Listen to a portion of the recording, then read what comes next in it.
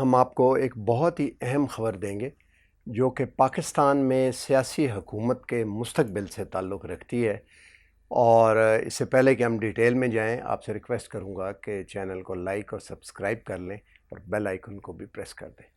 خبر یہ ہے، ابھی غیر مصدقہ ذرائع سے میں آپ کو یہ بتا رہا ہوں کہ امریکہ نے پاکستان میں پولیٹیکل رجیم چینج کرنے کے لیے گراؤنڈ ورکس، پیڈ ورک شروع کر دیے۔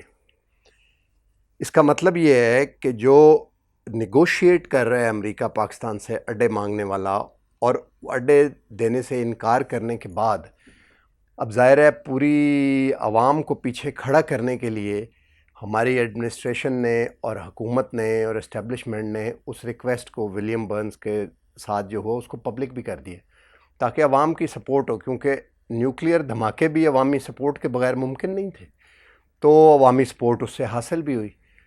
اب اگر اس کو منوانا ہے تو پولیٹیکل رجیم جو کہ وزیر اعظم عمران خان کی حکومت ہے اس کو ایکسٹریم پریشر میں لانے کے لیے ایک گراؤنڈ ورک شروع کر دیا گیا ہے رجیم چینج کے لیے، اور ہاریزونٹل پورے ملک میں اسی طرح کے رجیم چینج کے لیے کوششیں شروع کر دی گئی ہیں تھرو پراکسیز، جیسی کہ عرب سپرنگ میں ہم نے دیکھی، لیبیا میں دیکھی، اور میں آپ کو یہ بتاتا ہوں کہ یہ کیوں کیا جا رہا ہے اور اس کے کیا مفادات ہوں گے۔ حال ہی میں گزشتہ 4-5 دنوں میں 4 اہم واقعات ہوئے ہیں۔ ایک واقعہ تو یہ ہوا کہ B3W بلٹ بیک بیٹر کا انیشیٹو لیا، جس کو جو بائیڈن نے G7 میں برطانیہ کے ایک ٹاؤن میں ایک ہونے والی میٹنگ میں ہیڈ کیا، اور اس میں جو گریٹ 7 بڑی جمہوریتیں اور اکانومیز ہیں انہوں نے پارٹیسپیٹ کیا۔ ان کا کہنا یہ ہے کہ رانگ انسٹرومنٹ آف ڈیٹ، یعنی غلط قرضے دے کے چائنا نے دنیا کو ٹینگل کر لیا اپنے ویب میں، اسپائڈر ویب میں، اور ہم ان کو نکالیں گے اس سے، ان ملکوں کو، اور دوبارہ سے بلڈ بیک کریں گے، جو خراب کر دیا اس کو بلڈ بیک بہتر کریں گے۔ اس کے لیے $94 ٹریلین کا انہوں نے کہا کہ ہم اگلے اتنے سالوں میں 2035 تک یا اس سے آگے اگلے 30-40 سالوں میں ہم کریڈٹ پرووائڈ کریں گے ان ملکوں کو پرائیویٹ سیکٹر کے ذریعے، اور لیکن شرط یہ ہے کہ وہ چائنا کو چھوڑ دیں۔ اس حد تک کہ یہ بھی کہا گیا کہ جو ہمارا یہ 5th جنریشن کمیونیکیشن ہوگا، جیسے ہمارا وائی فائی کا 5th جنریشن آئے گا، وہ ہواوے کا آپ اڈاپٹ نہیں کر سکیں گے پھر جو ملک اس میں آئیں گے، انہیں ووڈا فون کا کرنا پڑے گا تاکہ چائنا سے، حالانکہ بڑا مذاق خیز ہے کہ جو ایک آپ سوچیں کہ کسٹمر جو یوز کر رہا ہے وہ سیملیس اپنے اس کو سوئچ آف کر کے تو پھر جائے گا کسی اور ملک میں ٹریول کرے گا کہ وہاں یہ نہیں چلتا، یہ تو آئرن کرٹن والی بات ہے۔ روس نے بھی ایسا نہیں تھا کیا، کر نہیں سکتے آپ یہ، لیکن بہرحال اس ایکسٹریم تک انہوں نے اس کو۔ دوسرا انیشیٹو ناٹو کا تھا، ناٹو میں انہوں نے کہا کہ چین جو ہے وہ کوئی تھریٹ نہیں ہے اتنا بڑا، اس سے ہمیں کوئی خطرہ نہیں، بٹ چیلنج ہے کہ ہماری اکنامک ساورینٹی اور نمبر 1 پوزیشن کو وہ چیلنج کر دے گا، جو کہ ویسے کہتے ہیں آلریڈی کر چکا ہے، وہ شو نہیں کر رہے، تو ان کو جو ہے وہ چیلنج کو نپٹا جائے گا۔ اور یہ B3W جو ہے یہ ظاہر ہے ان کے BRI کے مقابلے پہ ہے، ان کے بیلٹ اینڈ روڈ انیشیٹو جس کا فلیگ شپ پروگرام پاکستان میں CPEC ہے۔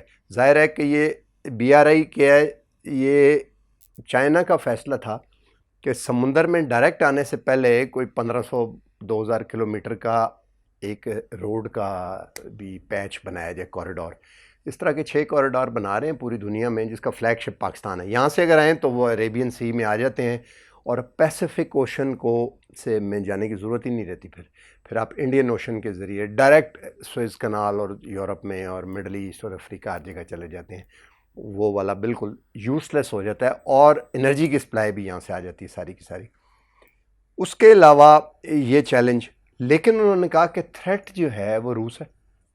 روس جو ہے وہ ہماری فزیکل ساورینٹی کو، ایکچول ملٹری کی ساورینٹی کو چیلنج کر سکتا ہے، اور اس کے لیے انہوں نے پولینڈ میں بڑی ہیوی ڈیوٹی قسم کی ڈپلائمنٹ کی ہے، نیٹو کی US نے، اور نیٹو باقی جگہ پہ بھی ہو گیا ہے بڑا ایکٹیو.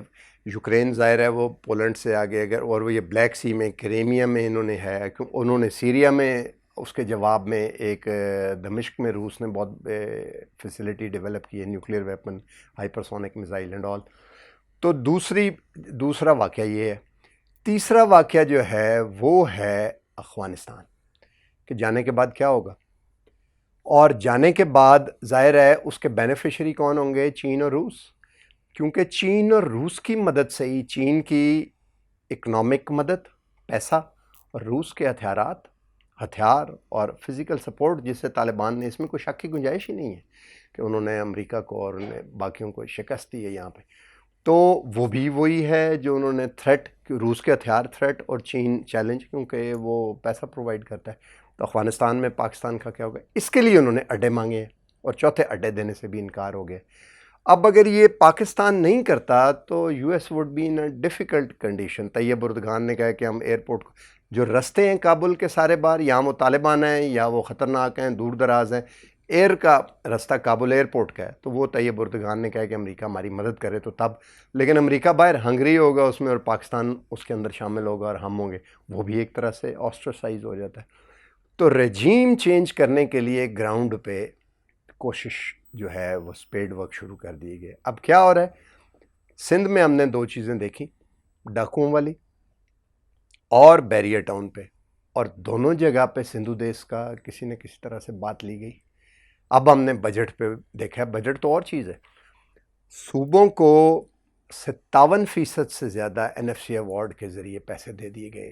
فیڈریشن کے پاس ہے ہی نہیں پیسے، قرضے لے کے ڈیفنس اور قرضے کے بعد پیسے ہی نہیں بچتے، قرضے لے کے گزارا کرنا پڑتا ہے. فزیکل ڈیفیسٹ یہی ہے، کیونکہ سارے پیسے اور صوبے خرچ نہیں کرتے. صوبے جو ہیں ان کی کیپیسٹی نہیں ہے. سندھ میں ہم نے دیکھا کیا حال ہے، اور اسی طرح سے بلوچستان میں 85 ارب تو ایک دفعہ دیے گئے تھے، کیپیسٹی نہیں ہے، اور ٹیکس بھی اکٹھا نہیں کرتے، بٹ ان کو پیسے مل رہے ہیں. اب اس میں احتجاج کی، اب انہوں نے احتجاج کیا، احتجاج کر کے کیا کیا انہوں نے؟ بارڈر بلوچستان کا جو پنجاب اور سندھ کے ساتھ لگتا ہے اس پہ بیٹھ کے بلوچستان کے اور آزاد بلوچستان کی باتیں کی ہیں وہاں پہ، اور ٹائر جلائے ہیں دنیا میں دیکھ کے. اب میں آپ کو تھوڑی سی بات بتا دیتا ہوں. آپ سوچیں ذرا کہ جس وقت دہشت گردی ہوتی تھی پاکستان میں تو وہ بلوچستان کے اندر کیوں نہیں تھی ہوتی؟ یا گوادر یہ جو بارڈر کے ٹاؤن ہیں ان میں تھوڑی بہت، لیکن کیونکہ وہ ظاہر ہے وہاں پہ تو بلوچ ایریے تھے. ساری دہشت گردی پنجاب اور سندھ کے بارڈر پہ ہوتی تھی، ڈیرہ غازی خان سے آگے، کولو، ڈیرہ بگٹی. اب آپ دیکھیں، آپ نے کوئی کاغذ اگر پیڈ سے پھاڑنا ہو تو آپ کیا کریں گے؟ جو ہمیں خط لکھنے والے لوگ جنریشن سے ہیں، وہ پیڈ پہ اوپر پرفوریشن ڈرا ہوتی تھی اور لکھ کے تو وہ کھینچتے تھے، تو جہاں اوپر نشان لگے ہوتے تھے وہاں سے وہ جو لکھا ہوا آپ کا خط ہے وہ وہاں سے پھٹ کے الگ ہو جاتا تھا. اگر آپ نے توڑنا ہے کسی کو، ایک تو آپ اس کے لیے آواز اٹھائیں کہ جی ہمارے ساتھ زیادتی ہو گئی، یہ الگ قومیں ہیں، یہ ایک ملک نہیں، ایک اس طرح کی آواز. دوسرا یہ ہے کہ دہشت گردی کے ذریعے پرفوریشن ڈرا ہو رہی ہے وہاں پہ بارڈر ہے. تو یہ وہ رجیم چینج. اور تیسرا ظاہر اسمبلی میں بھی ہم نے جو دیکھا اس کا بھی بڑا حصہ تھا کہ بلوچستان کا وہ جو ہیں ڈپٹی اسپیکر، اس کے عدم، یہ سارے کوارڈینیٹڈ ہیں. حال ہی میں کسی نے ایک تحریر لکھی ہے جس میں بتایا ہے کہ جو سوشل سائڈ پہ انٹیلیجنس ایجنسیاں لمبے عرصے سے کام کر رہی تھیں یونیورسٹیوں میں، یہ لال انقلاب لاہور کی ایک یونیورسٹی کے اسٹوڈنٹس نے ہوئے، قائد اعظم یونیورسٹی کے بلوچستان میں دہشت گردی میں مارے گئے، پکڑے گئے اسٹوڈنٹ. تو یونیورسٹیوں میں اسٹوڈنٹ کا برین واش کرنے کے لیے بھی اتالیق، اور آپ دیکھیں کہ این جی اوز کو چھوڑ کے اب جو باہر کی ایڈ آنے والے بڑے ممالک ہیں وہ یونیورسٹیوں کے ساتھ ایم او یو سائن کرتے ہیں، اور یونیورسٹیاں آگے سے فنل کر رہی ہیں، پھر وہ پیسے وہاں پہ پہنچ رہے ہیں. تو یہ وہ ایکسٹریم سچویشن ہے جس کا کل جواب بھی دیا ہے ہمارے فارن آفس کے ریپرزنٹیٹیو نے، زاہد چودھری نے. انہوں نے کہا ہے کہ پاکستان امن چاہتا ہے، یعنی کہ انہوں نے یہ بتا دیا ہے کہ یہ چیلنج اور تھریٹ والے میں نہیں، ہم امن والی بات کہ چائنا کے ساتھ. اس لیے آنے والے چند ہفتے بہت ہیں، ہم آپ کو بتاتے رہیں گے کہ اس سلسلے میں کیا ہو رہا ہے. اب تک کے لیے اتنا ہی، ملتے ہیں اگلے وی لاگ میں، اور اپنا بہت سا خیال رکھیں.